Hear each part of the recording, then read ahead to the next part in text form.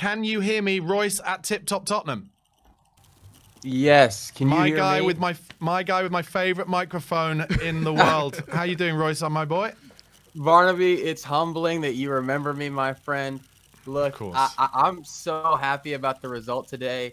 I'm not one of these greedy fans who it has to be perfect for them to be 3 points is 3 points. I'm True. really excited. How are you guys feeling? Yeah, I feel a little bruised, if I'm honest. It was a kind of a bit of a bruising performance, but you're absolutely right. We shouldn't be greedy. No game in the Premier League is easy. And, onwards, Tuesday night, doesn't look like we've had any more injuries, which I think is another important thing to think about. And I do think we're probably at least 10% better with Van der Ven. And I think the stats from the season prove that. Yeah. So hopefully he'll start on Tuesday night. But who impressed you playing for Spurs today, and what were your overall thoughts? Yes, I will get to, I think, who impressed me the most, but you talking about how Van de Ven makes us better, I think, is something that I want to just quickly mention. I do agree with that totally, and I think that in this game, I watch all the matches at the Nashville and Tennessee and America, the Supporters Club. So I generally get a sense of how a lot of the fans here are feeling about something when something happens.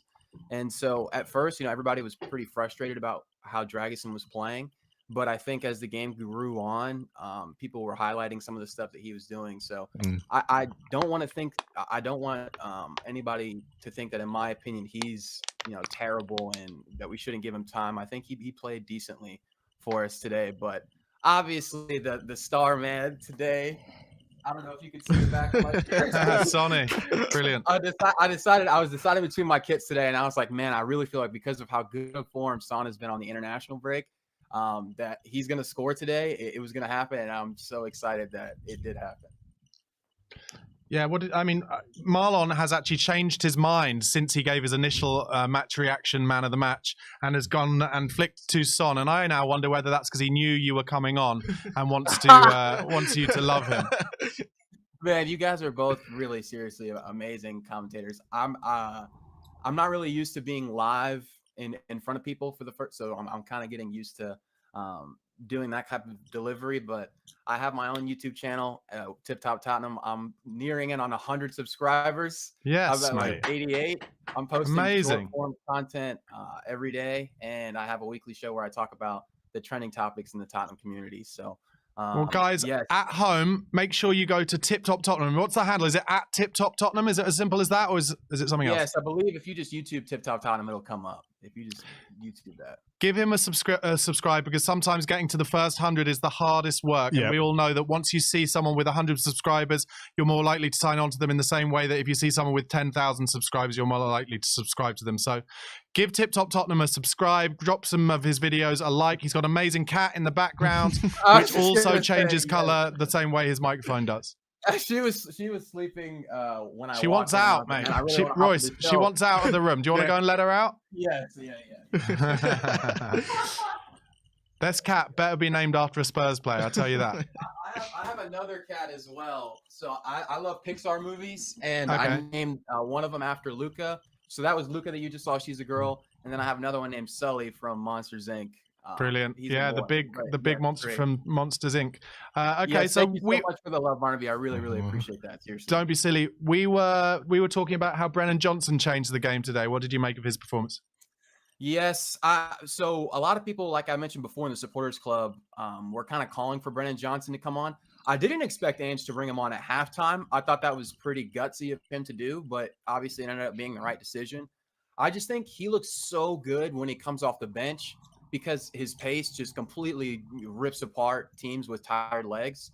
And so while I do think, the idea of him starting from here is good, I don't know if in practicality like that would work, just because I feel like, in my opinion, he hasn't played as well when he started.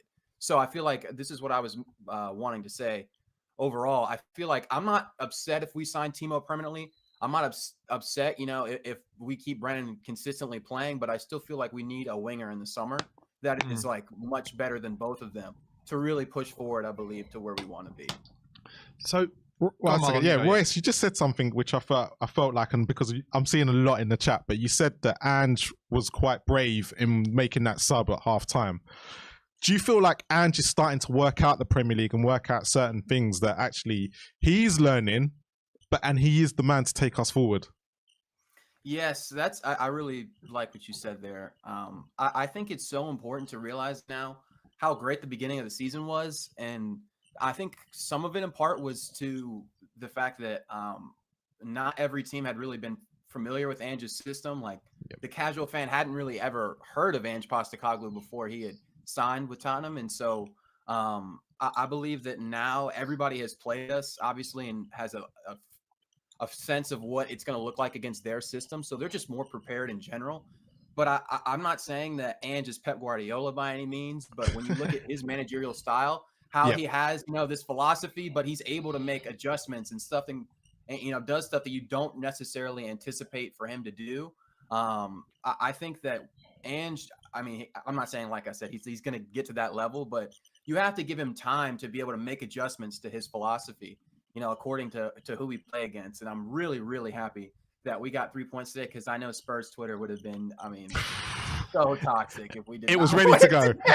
It was ready. Yeah, it was really ready to go. Royce, looking forward to this West Ham game. Tuesday night comes thick and fast. How are you feeling about that? They obviously lost, having been up 3-1 at Newcastle today. Do you think they'll bounce back? They'll be looking to bounce back hard from that, or will that be a dent to them that maybe we can take advantage of? Yes, when I saw that result, I was like, man, that's kind of unfortunate for us, just because I always feel like teams play better after they lose, just in general. And especially when you have a team as dangerous as West Ham, you're always kind of nervous because they really get up for us. I have a colleague at work who sits right next to me who's a big West Ham fan, so we're going to be chirping a lot before the game. So I really, for that reason, hope that we can get it Why done. is there a West Ham fan all the way over there? That's ridiculous. Yeah, Nashville really has a lot of people from England that end up moving here for whatever reason. But yes, no, he's the only West Ham fan that I know, matter of fact. But it's a really big game. I think that we should have the tools to get it done, but it's not going to be an easy game like any game in the Premier League. It's going to be horrible. Royce, quick question. Kulu, what do you do with him on Tuesday? Do you start him? He played so bad today, I think. He played so bad today. I want him to play so good is the worst part about it. But I had just, had a conversation with the people I was sitting around. I was like, man, Kulusevski has been a little bit anonymous to me today. And I think Madison also in the first half was pretty anonymous as well. But I think that he grew on a lot in the second half and was one of the big reasons why we ended up getting 3 points today. Yeah, the Kulusevski question is a difficult one for me. I really rate him, but today it just didn't quite work out. I talked about it a lot in the first half. Sarr was making him a lot of runs ahead of him, and Kulusevski was just cutting in over and over again. And actually, if you remember, that first goal came from Kulusevski playing a bad pass where he should have either shot or just laid it off really easily. He laid it off behind everybody running in. And as a result, we had like 5-6 men caught ahead of the ball. And I've mentioned it a couple of times, but I saw when Ange went down the tunnel at half time, he pointed to the back of the bench, which I assume was Brennan Johnson, was like, he looked angrily like, you're going on. I think he was not best pleased with Kulu's performance. Kulu did play 90 minutes in both those international games during the week. That could, of course, have affected him fatigue-wise. I doubt many of those Luton players played as many minutes as he did. But I think overall Kulusevski is an important player for Spurs and will prove himself to be a very brilliant player for Spurs in the long term. But whether or not he starts on Tuesday night, I'm not sure. Yeah, just real quick, Barnaby, I wanted to mention as well, you had talked about Sarr quickly. He is fantastic. What a player Pape Sarr is, in my opinion. There was a couple of instances where he was vital into the chances and moves that we were creating. I believe there was 2 instances on like separate times where he picked the ball off the player really, really close to their box, and it led to 2 big chances for us. So I think that he's so good. I talked about Spurs Twitter before that Kobe Mano, and I know you guys are both from England, I would assume, so you may disagree with what I'm about to say.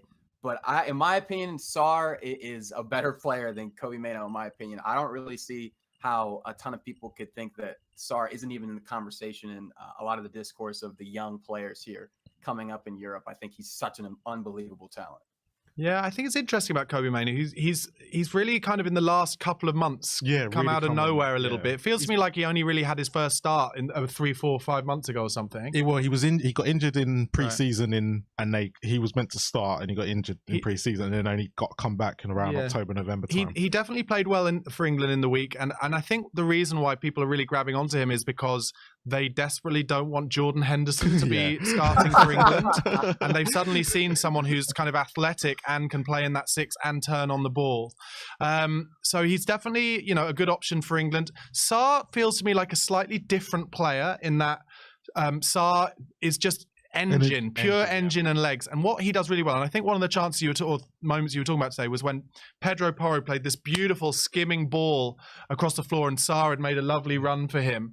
And Sarr finds himself in that kind of inside right position more than any central midfielder I've ever seen, in terms of just making that run to the forward line and finding himself there. And quite often it'll come to him and he'll lay it off to the wide man, and then we'll score one of those goals or get one of those chances across the front. I totally agree in that. I think in the long term, Sarr will become a massive Premier League player. I still think he's got some filling out to do as well. I think when he kind of, his muscles really fill out, because he's already a tall, strong boy. I think I've said it a few times, he really reminds me of Patrick Vieira, just the way that he with his long strides gets up and down the pitch. Yeah, I agree with you, Royce. I think he's a brilliant talent. And in my opinion, just stamina in general is such an underrated trait in football. Like being able to, when you go out and play like with people, it's I mean, of course in the beginning, there's going to be people who are better than others, but as time goes on, as people get more and more tired, the people who are amazing in the beginning aren't as good as they obviously used to be. And so if you're just there and just being able to have the legs to keep making those runs for however long you're playing, you could just come into a situation. I've been in myself. I'm not the most skilled player by any means, but a lot of the goals that I've scored when I've just been playing with my friends, I've just been able to make the run at the end of the game because everybody else is more tired, and you just finish it. So it's such an underrated trait that he has. I'm the direct opposite, which is I've got no stamina, but I'm the most skilled player. I'm gonna go. I'm in between. I'm not skillful at all, but I'm like the master of the 5-yard pass. For me, playing football, the better you are at like just making a decision to play a 5-yard pass and then making a good movement off it, that makes the best footballers for me. The worst footballers are the ones where you're playing amateur football and they think they're better than they are, so they try these tricks and skills, and that's the worst for me. But anyway, I'm sure, Royce, you are a brilliant footballer with an excellent engine. Thank you so much for calling in. Really appreciate it, mate. Where are you going to be watching the West Ham game on Tuesday night? Probably at the Supporters Club as well. What time did you say was kicking off over there? So it'll be 7:45 or 8 o'clock GMT. So where are you? It'll be like 5 hours before, won't it? 5 or 6 hours before? Yeah, Central Time in the United States. So probably like 2 p.m. middle of the afternoon. I'll have to try and get off of work. I hope that nobody watches We Are Tottenham TV from where I work. But ideally, I'd be getting at the Supporters Club. We're the later game on Tuesday. We're 8:15. Okay. 8:15. Okay, 8:15. All right. And just give us so much. I appreciate it. Just before you go though, Royce, tell us what your prediction is for that game.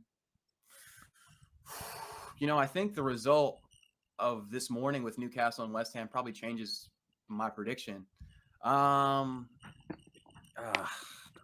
think we're going to concede, so I'll say 2-1.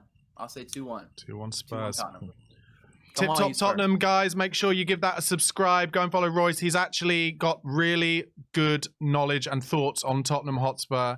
So make sure you give it a subscribe and keep on growing, Royce. Great stuff. Top man. I'll give you a subscribe when I get home later. Thank you guys so much. I hope you guys both have a great day. No problem. Thanks a lot.